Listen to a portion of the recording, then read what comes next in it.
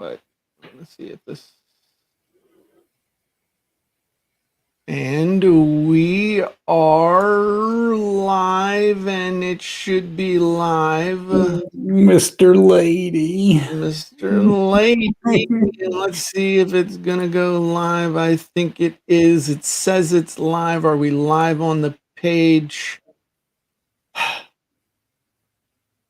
Yes, we are live, Dean. Wow. We are live on the page, I guess, which is exciting. I'm going to refresh the page because it should show us. And we are live. Excellent. And I can check the text.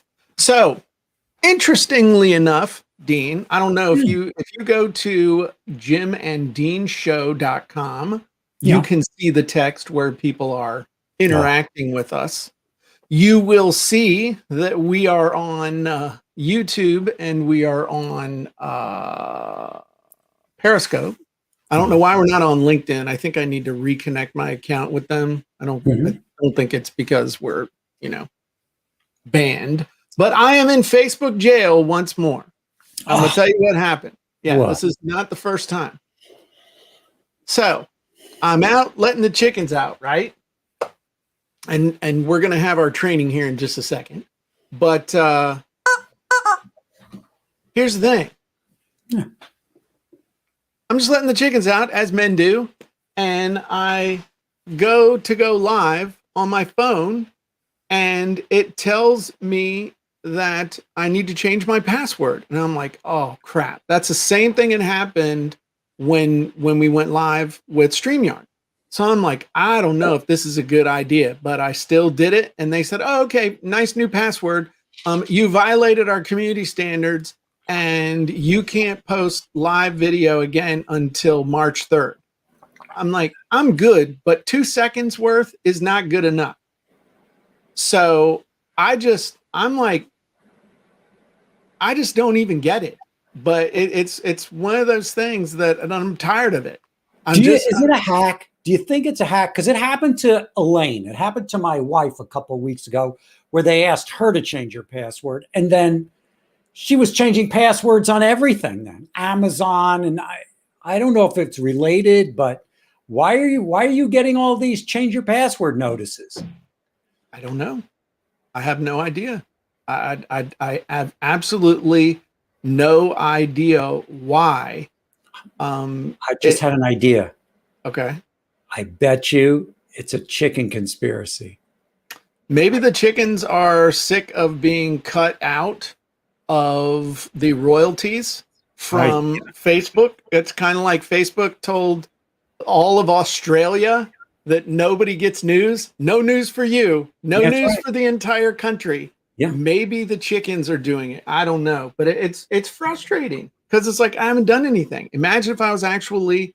So we've talked about this before, and so I'm not going to belabor it. We talked about this last time I was in Facebook jail, that you've got to take control of your own destiny.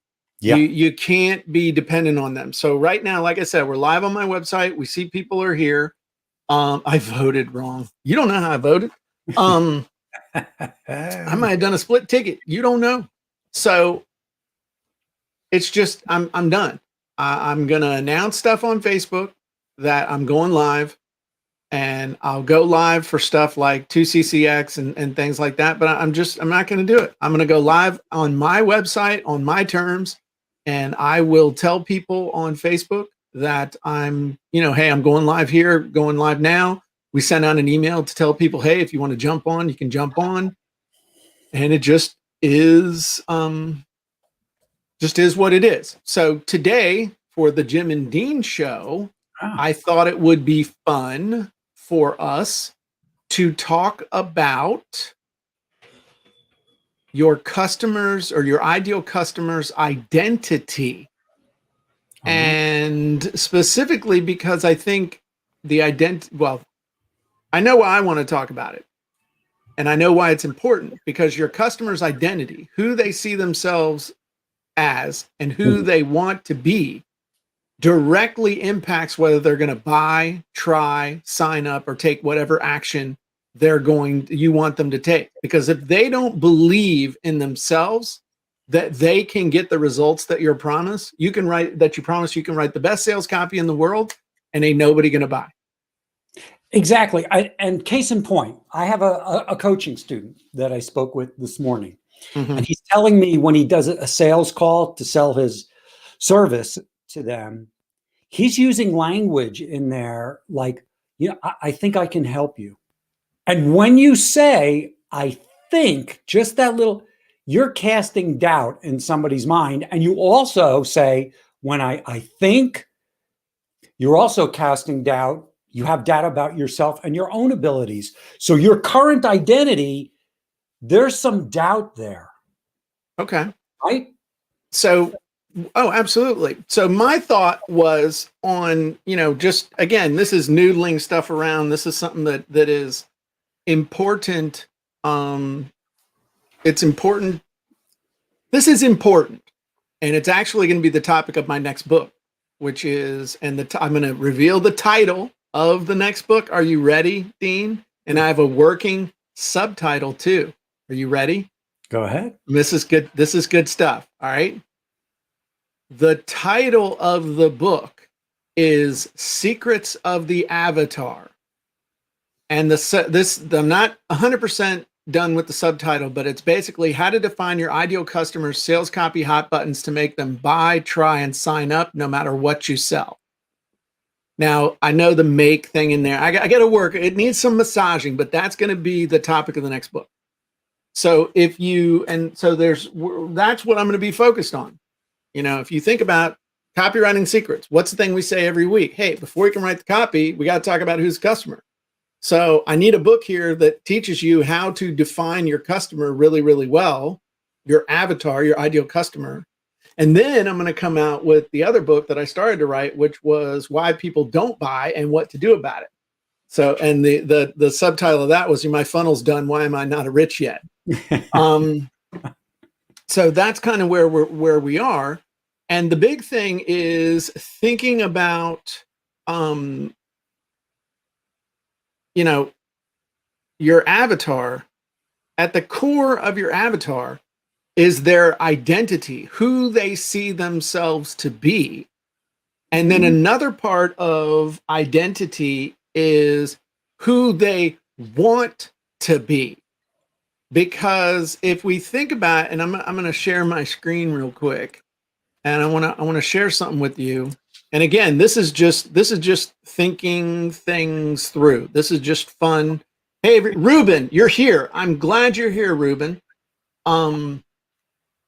Ruben says here, so that's awesome. But if you think about it, they're here. Your ideal customer, your customer avatar, and pretty much they're just kind of here. They're nothing's too good, nothing's too bad in a lot of respects, but there is some sort of identity. And typically for most people, it's not real inspiring. I'm a hardworking real estate agent, or I'm a struggling this, or I'm a beginner that, or I'm very rarely do they consider themselves to be at the end of the journey. At whatever point, there's something where things are okay or really bad, or they're kind of okay. It's not real inspiring. But off in the distance, there's this, shining thought of who they could be, of what life would be like. This is a cup, by the way. This is some sort of a trophy cup. It's the chalice. It's like, it's the chalice. It's the holy grail of identities. Right. It's the perfect me. It's the perfect situation. It's my identity and typically it's an identity where they're confident, they're in charge, they're competent. And what our job is to, number one, we got to figure out what that is. And then with our sales copy, we got to bridge the gap between where they are now and where they want to be. And it's interesting when you look at this, this is also could also be the hero's journey where they start out here, their current identity, then something happens, then things go wonky, then things go from bad to worse until they hit rock bottom. And there's some sort of a decision, there's some sort of something that happens.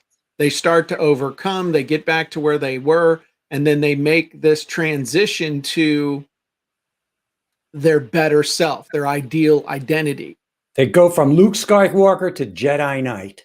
Yeah, absolutely. Yeah. Even though he kind of died ignominiously in the last movie, but we don't worry about the recent ones. We only worry about the first three. Those are the three best ones anyway. So the thing that we got to do is get in touch with who they see themselves to be now and who they want to be in the future. What do they call that? How do they refer to that? What's it going to take to move them from where they are to where they want to be? How are they going to dance as Transformer? And that's actually kind of cool. It's a cool way of looking at it. How can they transform, or what do they want to transform into? That's right.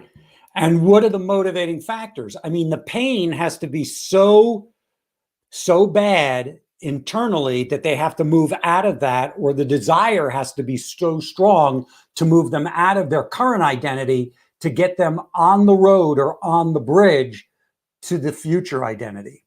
And you know what? I think to take that just a little bit further, what you just said is sometimes it's there, but they're hiding from it. Mm-hmm. They're hiding from the pain. They're hiding from the joy or the inspiration, or they're scared of how good it could feel. It's like it doesn't hurt that bad. It's like it's a raw nerve just below the surface. And if they hit that raw nerve, if you can hit it and then keep poking it to make it hurt and hurt and hurt and hurt and hurt, you writing sales copy, telling stories, then that's how you can use that negative. If you can inspire them, if you can make them think, it's possible. It's possible for me to do this, for me to achieve this, for me to transform into someone else. And it's important to show them how to do it, to future cast, to imagine being in that place, to create that emotional connection to it. Even though they're in that place of struggle right now, it's still critical that you create some sort of emotional spark or emotional connection to that future identity, to that person that they want to become. And the number one way to do that is with a good, starts with an S. I'll let you, story. That's right. With a great story. That is how you can instantly transform somebody's identity and they don't even realize that you're doing it. That is really at the root of what you're doing with a good story, is you are transforming somebody's identity or taking them on that journy. So that's at the heart of every single religious and faith-based scripture. It's story. Every single one. And every Disney movie. Every Disney movie. I'm not equating the two or disparaging what you just said. I'm just saying. Movie, right? Any great movie that you can think of, any great book you could think of, a great piece of art, whatever that is that's inspiring you, there is a wonderful story behind it. Right. And you've heard the saying that people buy on emotion and justify on logic. Well, the way to make them emotional is with a story that creates the emotion that you want in order to make the sale. So understanding your target audience, okay, here they are. What emotion are they going to have to feel in order to want to buy my product? Are they going to need to feel inspired? Are they going to need to feel like crap about themselves so that they feel so bad about where they are that they buy this in order to get rid of the pain? Are they going to need to feel love? Are they going to need to feel afraid? What is the number one emotion that is going to drive them with their current identity to get off their butts and take the action that you want them to take? And, one of the things that you might say to yourself is, well, gee, Jim, I mean, I just kind of like sell stuff in an e-com funnel. I'm selling spray. I'm selling disinfectant spray that smells like vanilla in a really cool little aerosol pen. How do I really need to drill down to an emotional level and who people's identities are in order for them to buy from me, Dean? Do I have to do that? You better do that, Jim.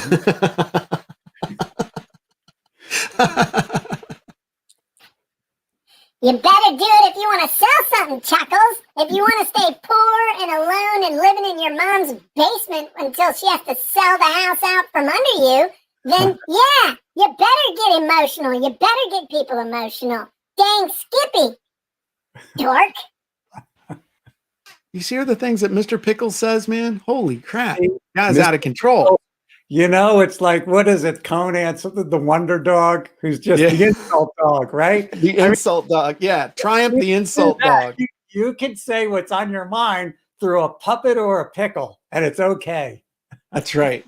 So I got to do, you give me half a second. Talk for a second about talk for a second about identity and the identity of who they want to be, the future pacing you mentioned, because I got to grab something real quick. Sure. So what Jim is talking about is your identity is your current identity. And if you're looking to, we're talking marketing and we're talking sales here. So it's really critical to know where your audience member, where your ideal customer is right now. They're looking for a solution to whatever problem or pain they have. You must identify it. And not only do you have to identify where they are now, you have to be very specific and know exactly where they want to go. So as an example, if you're writing an ebook or if you're selling a product to somebody who wants to write an ebook or wants to write a book, currently, we're going to generalize here, they're probably a struggling writer. Or a hardworking author, or depends on how they describe themselves. Yeah. How they describe themselves. Where do they want to get to? They want to get to be a New York Times bestselling author. They want to become a #1 selling author. They want to go from struggling or hardworking author to somebody who can quit their job, maybe, and live off the money and the earnings from, it's the insult dog. There it is. Is that how you entertain your grandkids?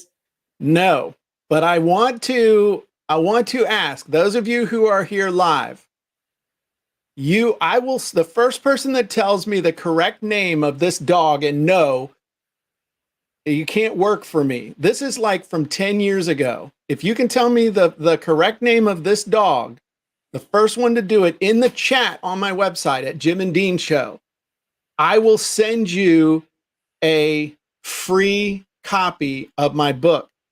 You can't put it in there if you work for me. Oh my God. Susan and Nancy just blew it. Oh. The name of it's not Chuckles. The name of this dog is Smacker. Now, Smacker is wearing a red Hawaiian shirt because I used to wear a red Hawaiian shirt all the time. He's got his sunglasses. He's got his thing. I used to use Smacker like Mr. Pickles. And Smacker actually had a voice like Mr. Pickles. But it's funny that you bring that up, the insult dog. He used to talk so much smack back when I had my I Gotta Tell You newsletter. No, his name's not Rover or Fred. No, his name is Smacker. And I think we might need to bring Smacker back a little bit. But I know, but if you can get tape, a cigar inside his mouth, hanging out of his mouth, that would be hilarious. You believe this guy? Mm-mm-mm. Dean, we'll see about getting a cigar for Smacker. Anyway, Smacker's going to have to come back. Smacker and the rubber chicken. So there you go. So I think that the biggest thing, Chuckles is Smacker in the UK. Okay. So I think the biggest thing everybody needs to understand is that and again, we're going to be talking a lot about avatars and your ideal customer and things like that moving forward.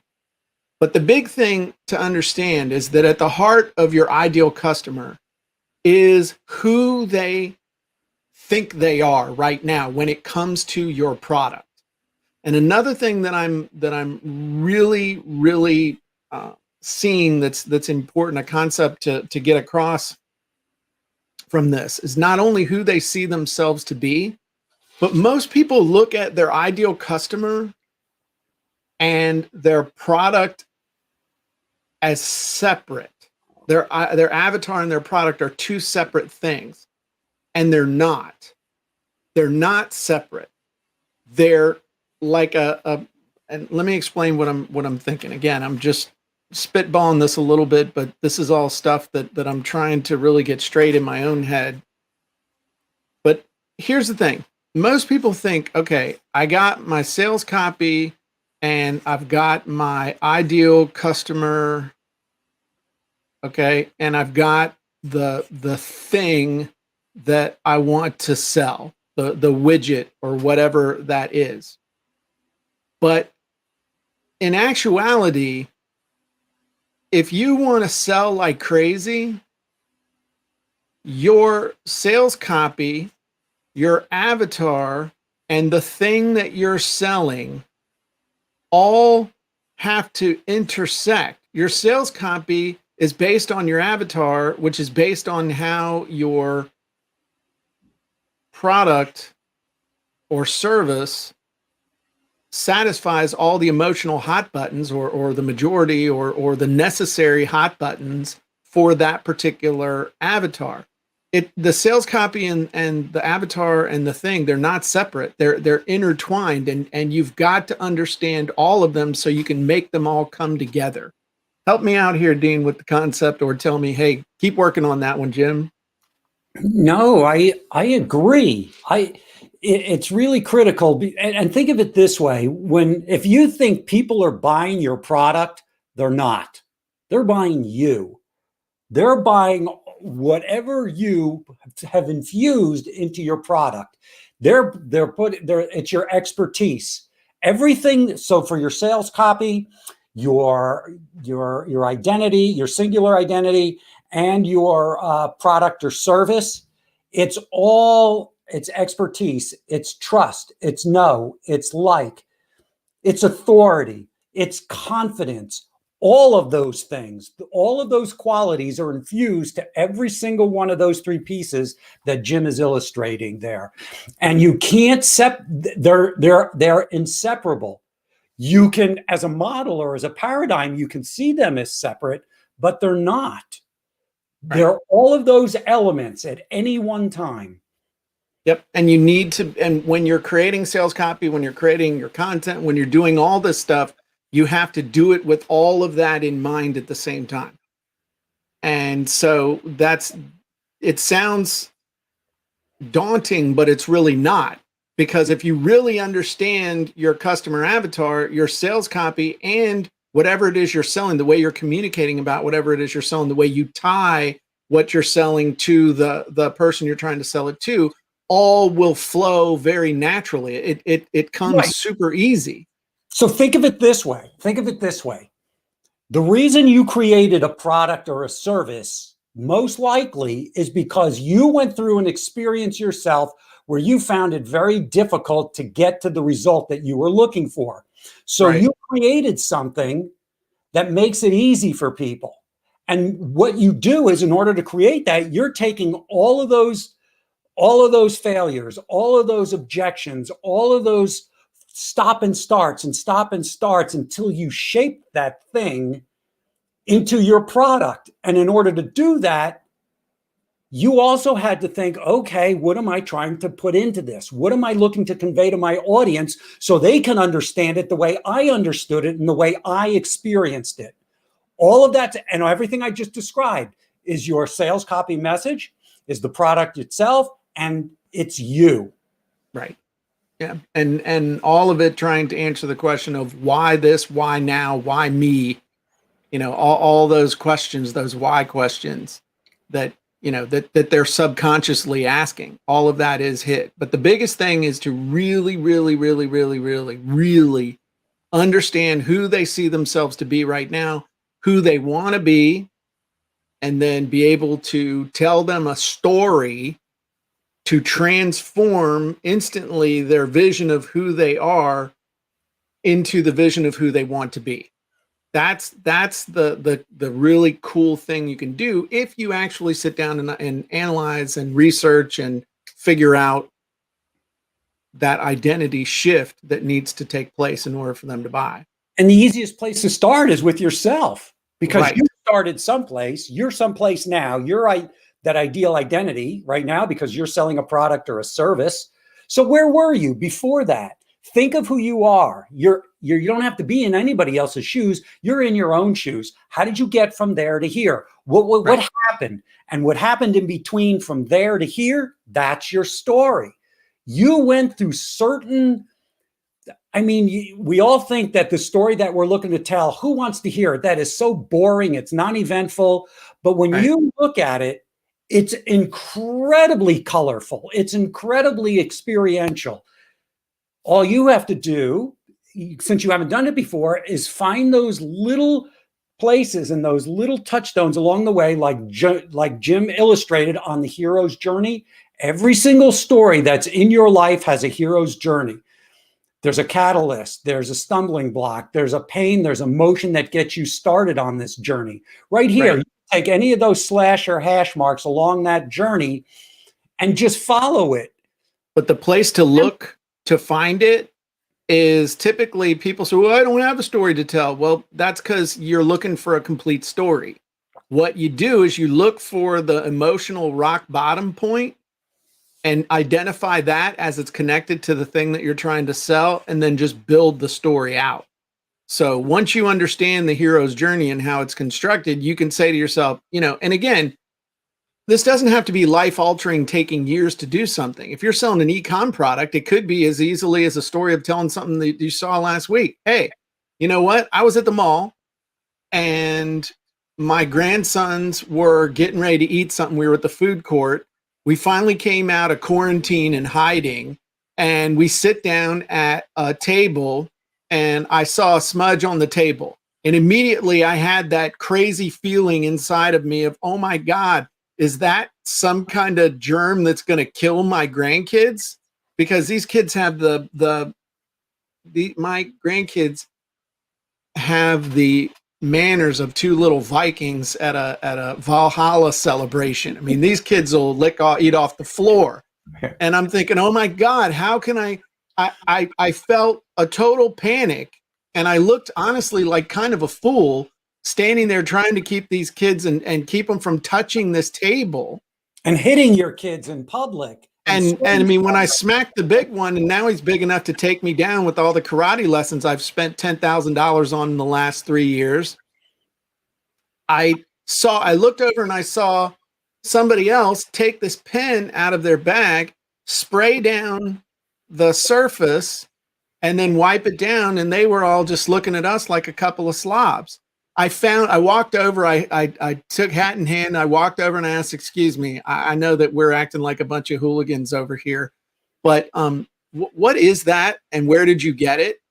And so the person told me what it was this really cool sanitizing spray that you can use on surfaces or hands or other stuff, because a lot of those wipes, they say not for use on skin.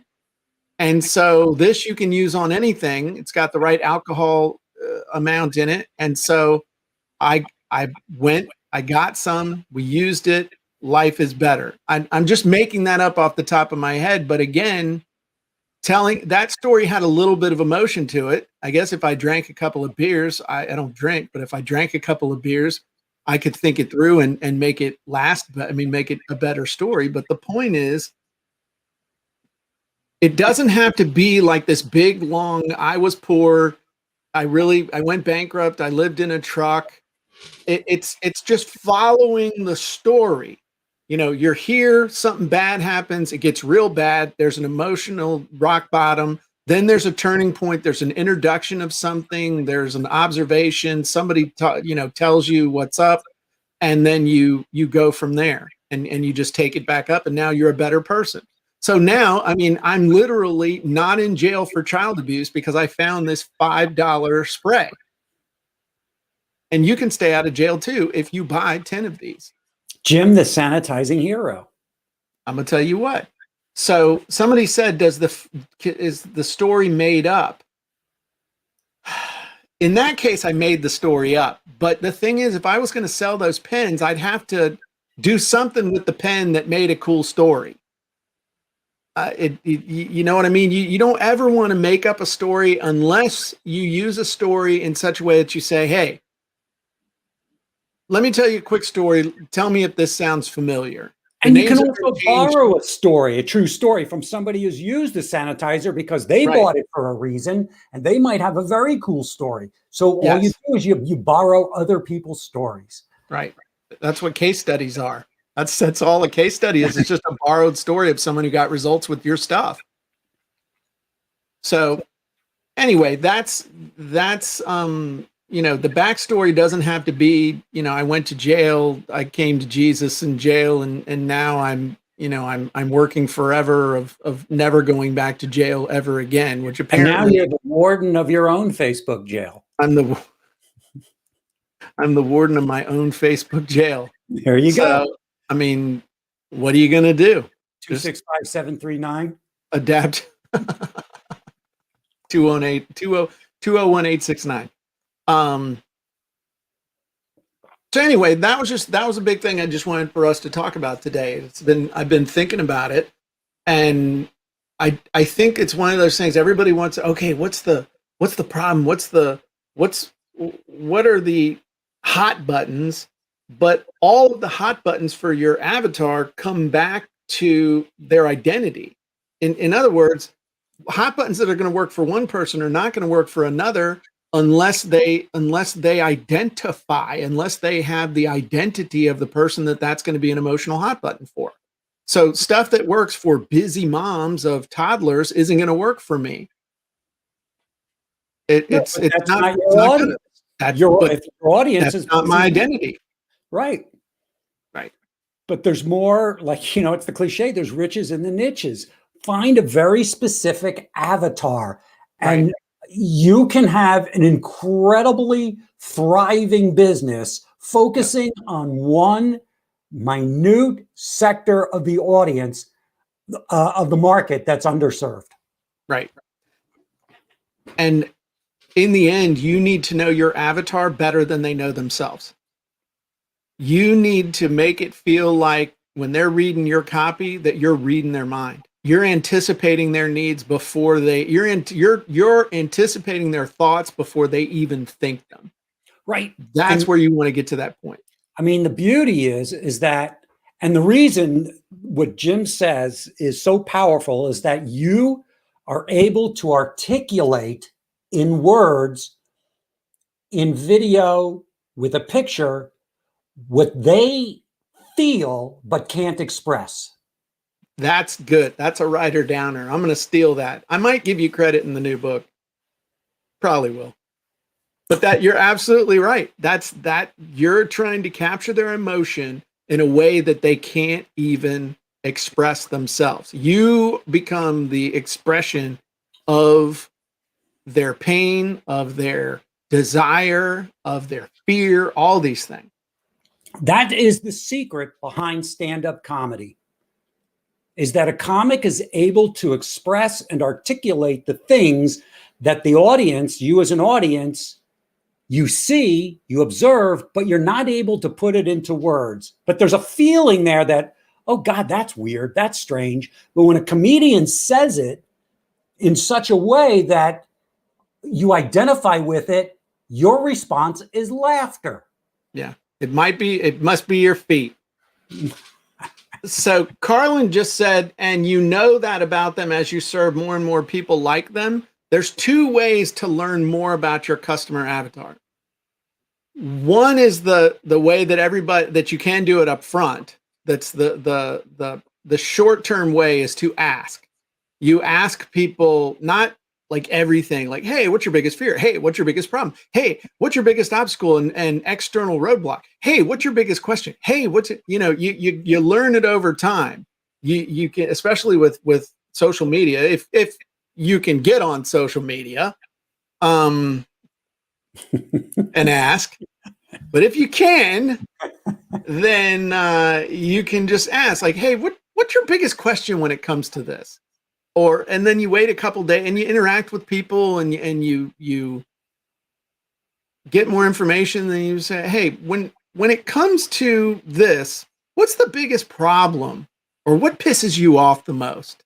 Or when it comes to blank, this is what pisses me off. You know, when it comes to publishing a book, this is what pisses me off. What pisses me off is, and then they fill in the blank. There's different ways that you can find this stuff out. So that's kind of the upfront way. The problem is, and it's not a bad way, it's a good way. The problem is, though, what Dean just said of you need to become the expression of what they can't even express themselves. You need to become the voice of what they can't put into words, but they feel emotionally. Is that if they can't express it in words, then asking them directly, you may not necessarily get the answer that you really need for long-term, really deep success. And where that comes is through observation, watching what people actually do, not what they say they do, but what they actually, or not what they say they want, but what they do based on their actions. Everybody needs to lose weight, but everybody wants a 77-inch TV with an Xbox S or Xbox X. Okay. Everybody needs to exercise, but they want to eat a box of donuts. And we're not in the business of selling people what they need. We're in the business of selling people what they want. Now, as a responsible marketer and just a responsible human being, we need to sell people what they want and include what they need to get the results that they're looking for. That's the authentic thing that you need to do. But you got to sell people what they want. Right. Sell them what they want. And then once they buy, you're infusing it with what they need in order to get the results that they're looking for. Right. The results that they paid for. Can I ask a question here? When it comes to religion, what is your biggest fear, frustration, or fantasy? Whoa, that's a weird question. It's a lot. Stick with one. I mean, and that's you're saying what is. And this may not be the forum for that either. Yeah. You know, we're not your audience here. That's the kind of thing you ask in a group about religion or people that are questioning religion. What is your biggest? What were the three things that they listed? When it comes to, I just want to. And it's when not it comes to religion, what's your biggest fear, frustration, or fantasy? Okay, so those are That's three too much things. You've got to ask one of those things. What is your biggest fear, or what is your biggest frustration? And I don't even understand with religion what's your biggest fantasy. Right. I don't know what that means. Now the cool thing though is there's a formula in there. When it comes to blank, what is your biggest fear? When it comes to blank, what is your biggest frustration? When it comes to blank, what is your biggest fantasy? And it's that you can ask three different questions, but then you can adapt that to whatever it is you're using. I also think the person asking that question also liked the alliteration of it all too. Sure. But my point though is that that's a way you can find out hot buttons. But the mistake that people make all the time, oh man, I'm going to get into funnel scripts. I'm going to get into fill my webinar scripts, and I'm going to figure me out this avatar. So I'm going to do me a copy and paste, and I'm going to grab all them questions, and then I'm going to post them on Facebook.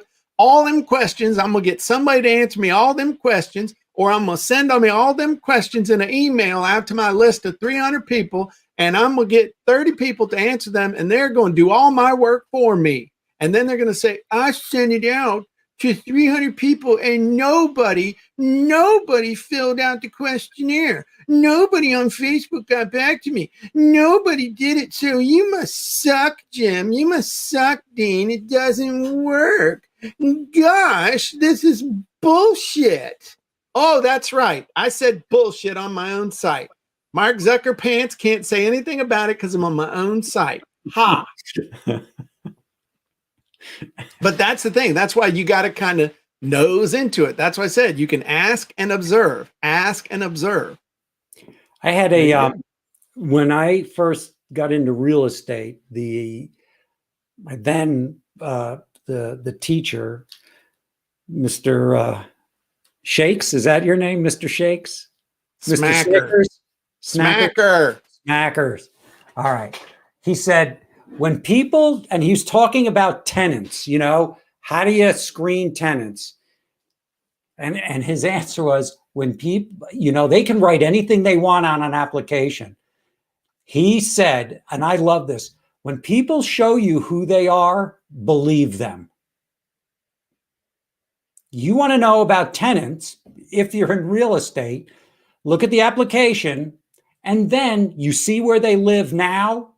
Two things: drive to where they are now, they're living now, if it's local, and look at the front lawn, knock on the door, see what it looks like inside. Because whatever it looks like it's inside, that's what it's going to look like in your property.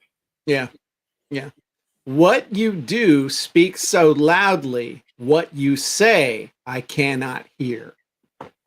That's a saying that stuck with me for years and years and years. It's the same thing. Mm-hmm. So somebody just said, somebody asked, why are you in Facebook jail? I said at the beginning, I don't know.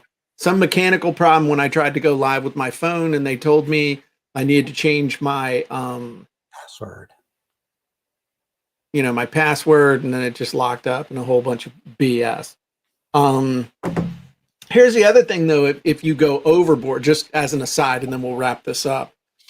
If you go overboard on the asking questions on Facebook, like if that's all you ever do is go in and try and brain suck people in groups, you're a pud, number one. And number two, people are going to ignore you pretty dang quickly, because you earn the right to have people answer that question for you by being seen as someone who creates and provides value for others, especially in groups.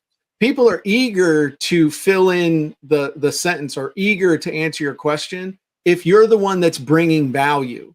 They look at you like a jerk if you're just the one trying to brain suck everybody by asking these questions.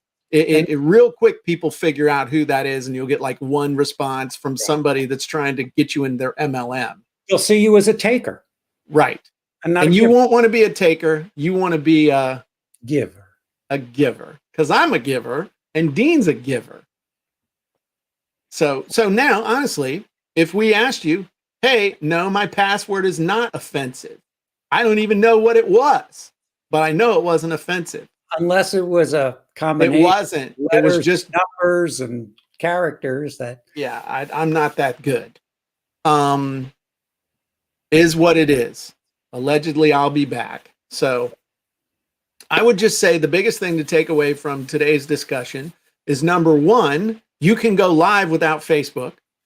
You know, we've consistently had almost 100 people here. Between the two things, we've had about 100 people here live consistently the whole time. You can go live on your own website. You don't need the power of big tech. You just need a cool promise. You need value, and you need to help people or operate in the spirit of help, which we do. And it's not about the numbers. I mean, to some people, 100. Yeah, it is. Oh my God, I wish I could get 100. For some people, it's like, oh, that's nothing. My list is 10,000. What matters is the quality of the people who show up, no matter how many there are. That's right. And we only attract the quality that's just like us. So when I say that, I want you to think about who you are as a person and where you've gone wrong. if you're here with Dean and me. And of course, and talking about identity for the people who are here, in some way, they identify with Mr. Pickle and Mr. Smackers, and right. I identify as a pickle. I do, honestly, all the time. I identify as a pickle. I look at my wife and say, "Hey, come take a bite out of this pickle," and she says, "Jim, leave me alone." But I'm a pickle, honey. It's de rigueur now. You can identify as anything you want. I can identify as a unicorn. You know what I'm saying? I'm a unicorn. Sparkle's a unicorn, baby. You love it, Dean. You love it. You love it. You just wait till it's over. I'm tingling.